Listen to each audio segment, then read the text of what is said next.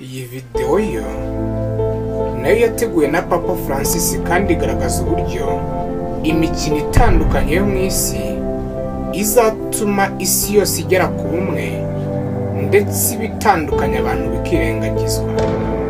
Kamukurikirane murebe. Con el deporte es posible construir la cultura del encuentro entre todos por un mundo de paz. Mu rwego rwo kugira isi y'amahoro.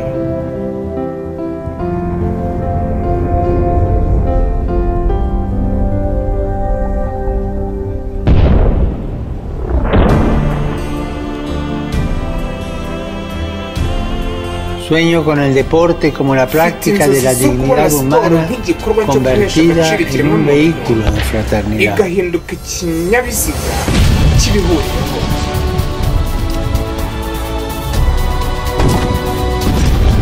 Entrenamos juntos esta petición, que el deporte fomente el encuentro fraternal entre los pueblos y contribuya a la paz en el mundo.